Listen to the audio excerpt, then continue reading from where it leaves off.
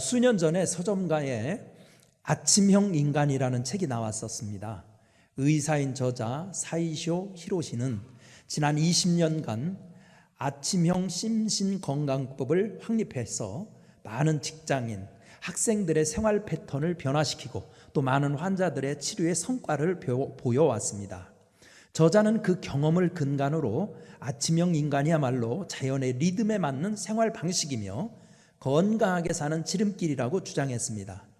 더 나아가 아침형 인간이야말로 낮사람의 3배나 되는 창의력을 가져다 주어서 인생을 2배로 살고 성공할 수 있는 길이라고 주장하였습니다. 당시 이 책의 영향력은 상당해서 국내 굴지의 기업 총수들이 앞다퉈 이 책을 읽기를 권장하였고, 경기 침체로 위기의식이 높은 직장인들은 아침 시간을 제대로 활용하면 인생을 바꿀 수 있다는 희망을 가지고 아침 시간을 운동이나 영어 공부 등 자기 개발에 투자할 정도로 아침형 인간에 대한 열풍이 불었었습니다. 근면은 시대를 초월하여 존중되어야 할 가치입니다. 오늘 우리가 읽은 본문 시편 57편 1절부터 11절에는 그보다 수십 세기를 앞서서 새벽의 중요성을 강조하는 한 사람이 등장합니다. 바로 다윗입니다. 그가 살던 때는 사사시대를 마감하고 왕정시대를 펼쳐가던 시대적 전환기였습니다.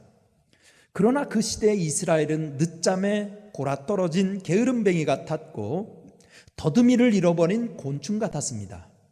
무엇에 열심을 내야 할지 방향을 잃고 허둥대고 있었습니다. 더욱이 다윗은 사울의 정치적인 핍박을 받아 쫓기고 있었습니다.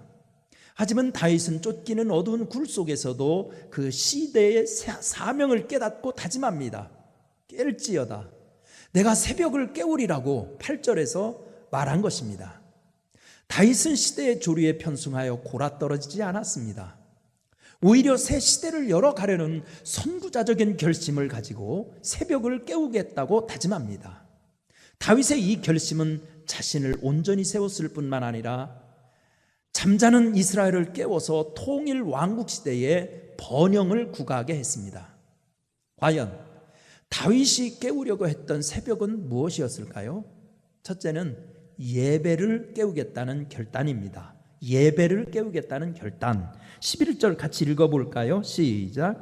하나님이여 주는 하늘 위에 높이 들리시며 주의 영광이 온 세계 위에 높아지기를 원하나이다. 아멘. 그 시대는 사울의 교만에 의하여 하나님의 영광이 가려지고 있었습니다. 사울 왕은 자신이 세운 하나님의 은혜는 잊은 채 자기를 높이기에 혈안이 되어 있었습니다. 자기의 정치적인 야심과 개인적인 명예를 높이려는데 방해되는 자는 용납하지 않았습니다. 때문에 하나님의 사명과 명령에는 귀 기울이지 않고 박수나 무당의 소리에만 귀를 기울였습니다. 한마디로 그 시대는 인간을 높이려는 아우성만 있었지 하나님을 높이려는 참된 예배가 없는 시대였습니다. 다윗은 이런 신앙적인 죄악을 용납할 수 없었습니다. 그래서 다윗은 11절에서 주의 영광은 온 세계 위에 높아지기를 원하나이다라고 찬양했던 것입니다. 이 찬양 속에는 참된 예배 정신을 상실한 그 시대를 깨우고 말겠다는 헌신의 뜻이 서려 있습니다. 다윗은 예배 회복에 대한 비전을 가지고 자신부터 진실한 예배자가 되기에 힘썼습니다. 그의 이런 결심은 일생 동안 계속되었습니다. 통일 왕국의 임금이 된 후에도 젊은 날 고난 중에 어두운 굴 속에서 다짐한 새벽을 깨우겠다는 서약과 결심을 신실하게 이행합니다. 다윗 왕궁이 힘 있을 수 있었던 것은 바로 여기에 있습니다. 우리도 다윗처럼 참된 예배 정신을 깨워야 합니다. 그래야 심령이 살고 교회가 살고 사회가 온전해질 수 있는 것입니다. 두 번째, 새벽을 깨우겠다는 말은 사랑을 실천하겠다는 결심입니다. 사랑을 실천하겠다는 결심. 6절 같이 한번 읽어봅니다. 시작. 그들이 내 걸음을 막으려고 그물을 준비하였으니 내 영혼이 억울하도다. 그들이 내 앞에 웅덩이를 팠으나 자기들이 그 중에 빠졌도다. 셀라. 아멘. 다윗의 새벽을 깨우겠다는 결심을 바로 이해하려면 그 배경을 살펴보아야 합니다. 57편의 서문에 보면 다윗이 사울을 피하여 굴에 있던 때에 라는 설명이 붙어 있습니다. 성서학자들은 대부분 시편 57편의 배경은 아마 엔게디 골짜기에 숨어 있을 때였다고 봅니다. 사무엘상 24장을 보면 사울은 다윗이 엔게디 골짜기에 있다는 보고를 받고 그를 제거할 수 있는 절호의 찬스로 여겨서 훈련된 군사 3,000명을 풀어 이잡듯이 뒤졌습니다. 그러나 하나님이 다윗과 함께 하시니 3,000명의 눈길도 벗어나게 했습니다. 오히려 다윗의 손에 사울의 붙잡힐 형편이 놓이게 되었던 것입니다. 사울이 용변을 보려고 다윗이 숨어있는 굴에 들게 했던 것입니다. 다윗에게는 자신을 괴롭히는 자를 깨끗이 처리하고 복수할 수 있는 절호의 기회였습니다. 다윗을 수행하는 사람들도 부추겼습니다. 그러나 다윗은 복수하지 않았습니다. 복수하지 않고 오히려 그를 아꼈습니다. 그리고 심판은 하나님께 맡겼습니다. 이 사실을 감안하고 시편 57편을 읽으면 이런 내용입니다. 지금 세상은 오직 미움과 복수의 칼날을 세우는 데만 혈안이 되어 있지만 나는 사랑과 용서를 실천하겠다 다짐한 것입니다.